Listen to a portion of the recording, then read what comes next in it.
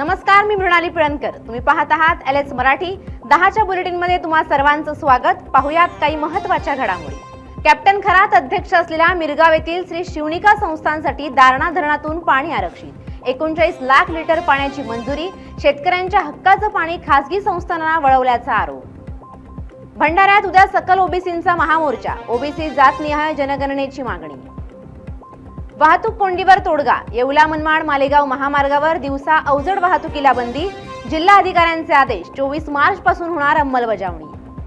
कोल्हापूरच्या वडंग येथील कचरा समस्येवर कोल्हापूर सर्किट बेंचमध्ये जनहित याचिका दाखल. सोमवारच्या सुनावणीकडे लक्ष. याचिकेत ग्रामीण विकास आणि पंचायत राज विभाग महाराष्ट्र शासन प्रतिवादी.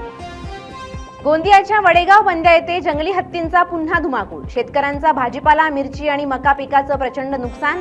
सरसकट नुकसान भरपाई देऊन हत्तींचा कायमस्वरूपी बंदोबस्त करावा, शेतकऱ्यांची मागणी.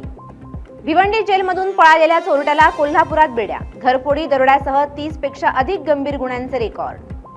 तुळजापूर शहरात जुगार, मटका, चक्री, देहविक्रीसह अन्य अवैध धंदे वाढले. एजंटसह मूळ मालकावर कारवाई करावी, अन्यथा नगराध्यक्षांचा आंदोलनाचा इशारा. किडंगीपार ग्रामस्थांचा दारू दुकान बंदीसाठी तहसील कार्यालयावर भव्य मोर्चा. मोर्चामध्ये महिला, पुरुष आणि युवकांचा मोठ्या संख्येने सहभाग. 10 एप्रिलला रास्ता रोकोचा इशारा. धनसावंगी परिसरात गांजाची तस्करी. 6 किलो गांजासह आरोपी जेरबंद. रायगडच्या महाडमधील पिंपळवाडीमध्ये घराशेजारीच कालवडीवर बिबट्याचा हल्ला.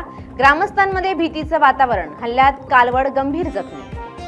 या होत्या आताच्या घडीच्या काही महत्त्वाच्या बातम्या. अशाच महत्त्वाच्या बातम्यांसाठी पाहत रहा LS मराठी.